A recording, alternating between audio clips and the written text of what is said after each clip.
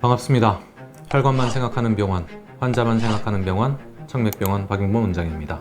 오늘도 환자분들에게 올바른 정보를 드리고자 다시 또 이 자리에 앉았습니다. 청기누설 1편, 사실 그 영상을 보셨다면 좀 놀라우셨을 겁니다. 안타깝지만 실제로 벌어지는 일들입니다. 항상 올바른 정보, 진실된 정보만이 여러분들을 건강하고 행복하게 해드릴 수 있다는 그 사실을 명심하시고 또 찐 정보를 하나 드리도록 하겠습니다. 여러분이라면 어떤 치료를 원하십니까? 즉, 내가 의사고 내 가족을 치료한다면, 그렇다면 여러분은 어떻게 치료하시겠습니까? 만약에 여러분이 가족을 위해서 요리를 하신다면, 음식을 만드신다면 어떻게 하시겠습니까? 다 상한 재료로 음식을 만드시겠습니까? 아닐 겁니다. 제대로 된 재료로 정성을 다해서 내 애가 먹을 거고 내 가족이 먹을 거기 때문에 그렇게 만드실 겁니다. 그게 사랑이 담긴 음식입니다. 치료도 마찬가지입니다. 하지만 환자분 스스로 본인의 몸을 치료할 수 없기에 저희들의 힘을 빌리는 것이죠. 여러분께서 농사를 짓는다고 생각해 보십시오. 내가 농사를 짓고 싶은데 난 농사에 대해서 1도 정보가 없고 잘 모르기 때문에 전문가가 직접 와서 나를 위해서 농사를 내 밭에서 지어주세요 라고 말하는 거랑 똑같습니다. 그래서 여러분들은 저희들에게 의뢰를 하시는 겁니다.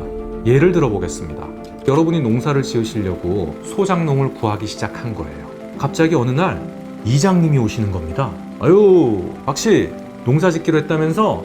내가 농사 잘 짓는 사람 알아. 그 사람이 아주 용하대. 그래서 그래요? 어떻게 농사를 짓길래요?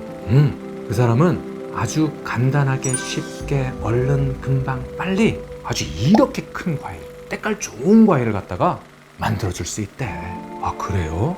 얼른 신청해야 되는데 그렇지 않으면은 순서가 저 뒤로 밀려가지고 아무것도 할 수가 없대. 갑자기 마음이 막 급해지기 시작하는 거죠. 그래서 그 소작농이 온 것이죠. 그리고서는 미리 성금을 벌려고 합니다. 그렇게 계약을 하고서는 소작을 짓기 시작하면서 조금 다른 행동을 보입니다. 유기농식으로 농사를 짓는다면 어떻게 한다? 잡초가 있으면 뽑는 거죠, 직접. 잡초는 도움이 되는 게 아니니까 잡초를 이렇게 뽑아야 되는데 아주 간단한 방법입니다. 이게 최첨단입니다. 최근에 나온 방법이에요. 이러면서 농약을 뿌리는 거죠. 그런데 며칠이 지나니까 잡초가 또 생겨요. 농약을 또 뿌려요. 세월이 계속 지나가다 보니까 잡초뿐만이 아니라 자라나야 될 정상적인 농작물마저 다 죽어버리는 겁니다. 왜? 농약 때문에. 그래서 땅 주인 박 씨가 이제 아예 아무것도 안 자라는 것 같아요. 땅이 황무지가 됐어요. 라고 하니까 소작농 김 씨가 말하는 거죠. 난 잘못 없어요.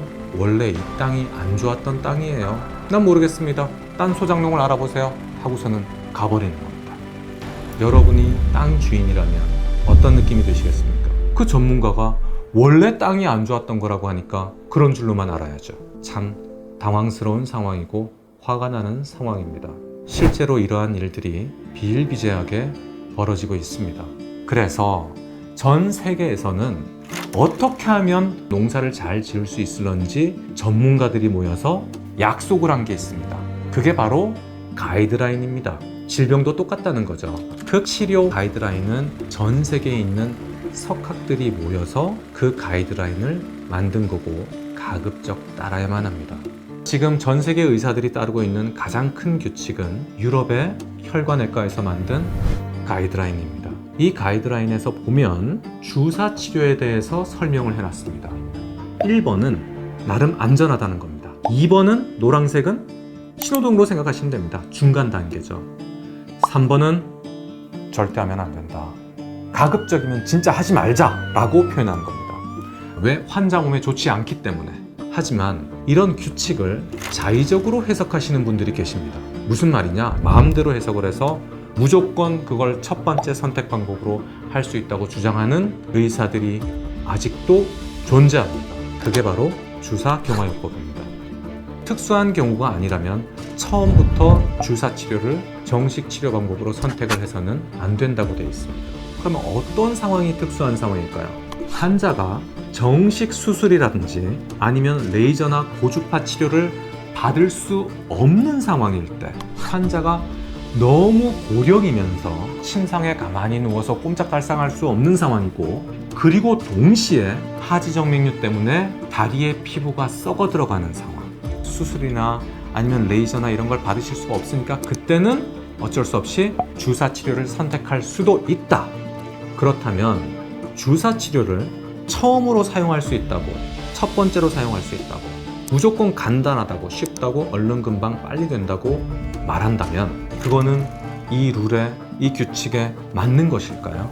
그래서 항상 우리가 경계해야 될 말은 얼른, 금방, 쉽게, 빨리, 간단하게. 이 말은 항상 경계를 해야 되고 신중하게 생각해 보셔야 된다.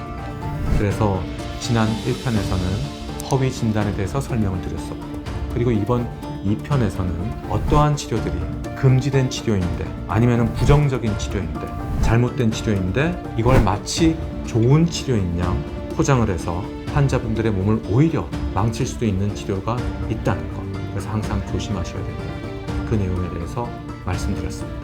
예전에는 긍정일 수 있었지만 지금은 완전한 부정적인 치료인 이 주사 경화요법에 대해서는 제가 저번에 설명한 게 있기 때문에 이 링크를 따라가시면 상세히 보실 수가 있습니다.